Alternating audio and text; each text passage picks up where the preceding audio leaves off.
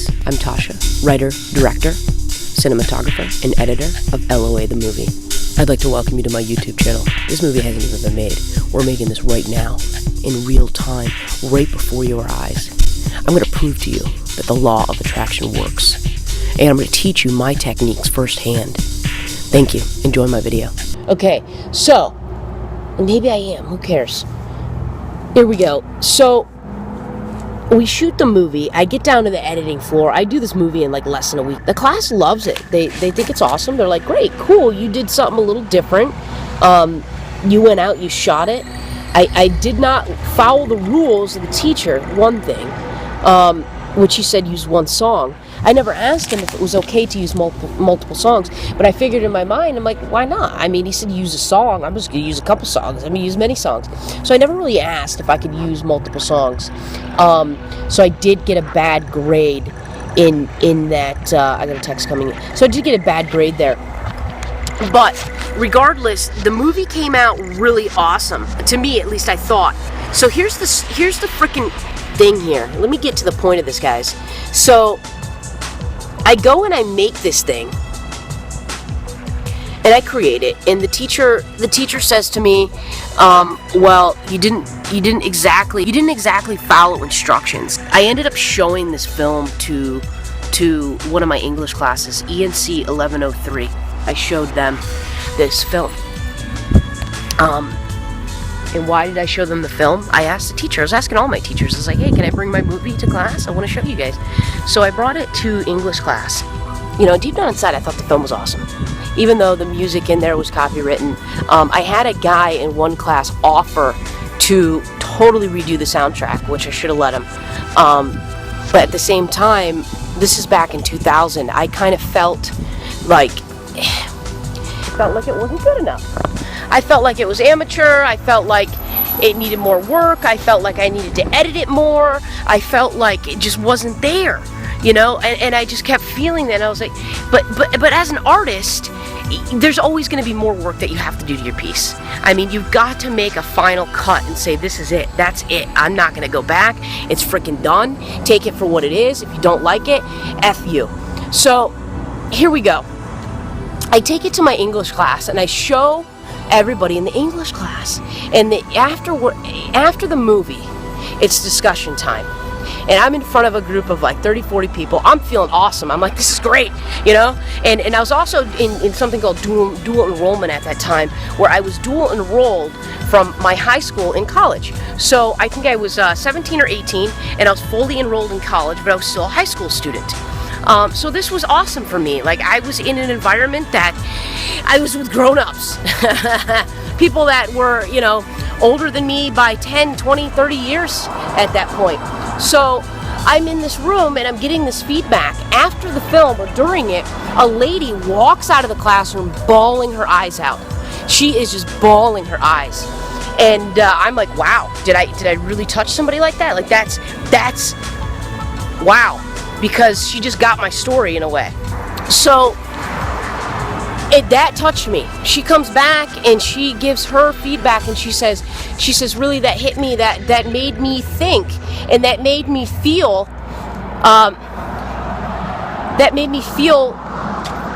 like I should have done better with my son. Like, and I'm not here to make people feel regretful, but I'm here to make people think. It's like, hey guys, that's the only way we can really face tomorrow is look at our past, look at what we've done, and really assess it in a logical manner and come to terms with it. I mean, that's about life. You got to come to terms with what we've sown. You know, you got to reap what you sow.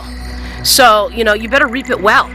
And in that, she just explained, you know, how she felt about the film. So, ending that, the teacher came to me and the teacher said, Tasha, I want to use this film, and I want to show everybody, I want this to be everybody's end project in ENC 1103. And if you know, that's your like last English class and getting your English credits there at college. And I said, yes, I'll give you a copy as soon as I'm done editing it. Was I ever done editing it? No. So now I look back and I say, you know what? It's now been 14 years Tasha, for a good 3 to 4 to 5 years, people could have been studying your film. You could have changed lives. People could be writing about your film. And it not even so much like, Tasha, oh, you could be somebody that people are talking about, and that, you know, oh, this film did this for people. And it's not even about that. I could have reached people. It wasn't time, whatever you want to say, but that opportunity was there. The opportunity was given to me. She said, hey, Tasha, I want to use this as a teaching tool, okay? And I look back at that and I say, dang, the edit wasn't ready. It wasn't ready. So my point is, you may be seeing my behind the scenes videos. They're not perfect. They're not meant to be perfect. It's meant to just be what it is at the moment, in the moment. Here, just go, just take it. Because I don't have time for perfection right now. There's really no time for me to sit down and edit my ums and does and its and oughts and whatever out. I got crap I gotta do. I gotta keep moving forward. I've got other work I have to do, and I want to get this information out. I want to share my story. I want to inspire, and the time has come to where I just need to speak what's on my mind for the people that are going to listen.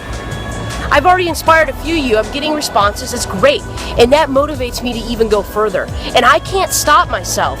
As a filmmaker, as a person, I can't stop myself from wanting to speak what I have to speak.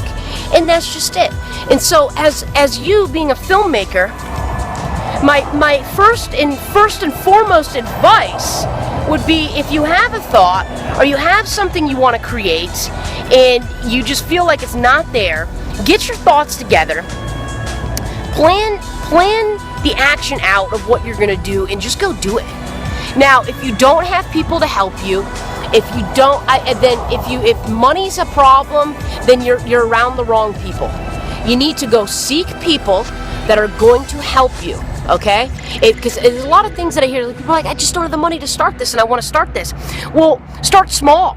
Start small. Take your passion and start small. Okay? Because through the small areas, you're gonna reach bigger areas. Okay?